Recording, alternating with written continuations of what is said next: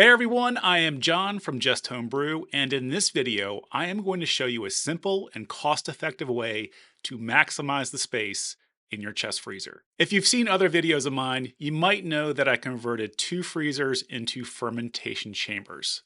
These are perfect for maintaining precise temperatures for fermenting beer, but you could use these for any application that involves temperature control. If you're curious about building your own fermentation chamber, make sure to check out my How to Build a Fermentation Chamber video. Now, these fermentation chambers have worked out great the past couple years.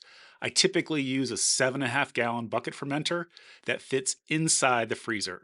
However, the fitment's pretty tight and it's difficult to sample beers, and lifting and putting in the bucket fermenters can be a little bit of a hassle.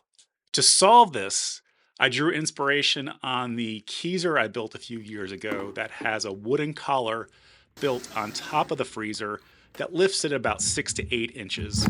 This allowed me to put taps in front of the freezer for the Keezer.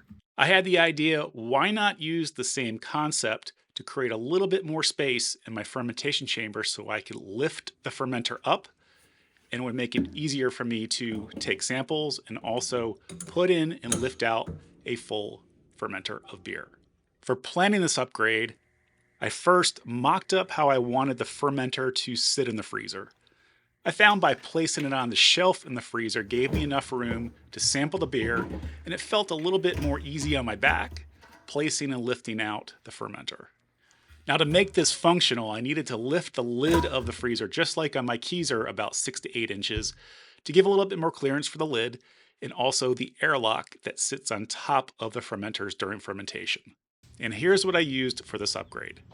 2x4 lumber that was left over from other projects, 3-inch wood screws, a large clamp, silicone caulk, a right angle, measuring tape, and a miter saw. And now for building the wooden collar. I started by removing the freezer's lid by removing the caps to the hinges and then removed the hinges that open and close the freezer's lid. Then I cut 2x4s to frame the lid and raise it about 8 inches. Using a large clamp, I framed each layer of the collar to match the size of the freezer top. I marked the screw locations, drilled pilot holes, and fastened the pieces together with wooden screws. Once the collar was assembled, I test fitted them together on the freezer to ensure everything was aligned properly. After I felt confident with the fitment, I used silicone caulk to secure the bottom layer of the collar to the freezer.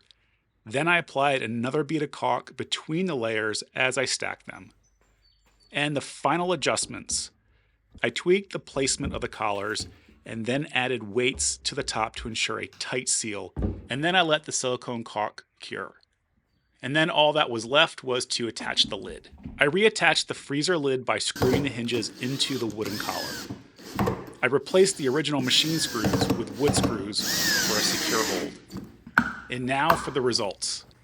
With the added space, I can now place my fermenter higher in the freezer, making it easier to access the valve and also take samples without removing the bucket entirely. This small adjustment really has made a big difference in the functionality of my fermentation chambers. If you found this hack helpful, make sure to like, share, and subscribe, and leave a comment below if you have any questions. See you next time. Cheers.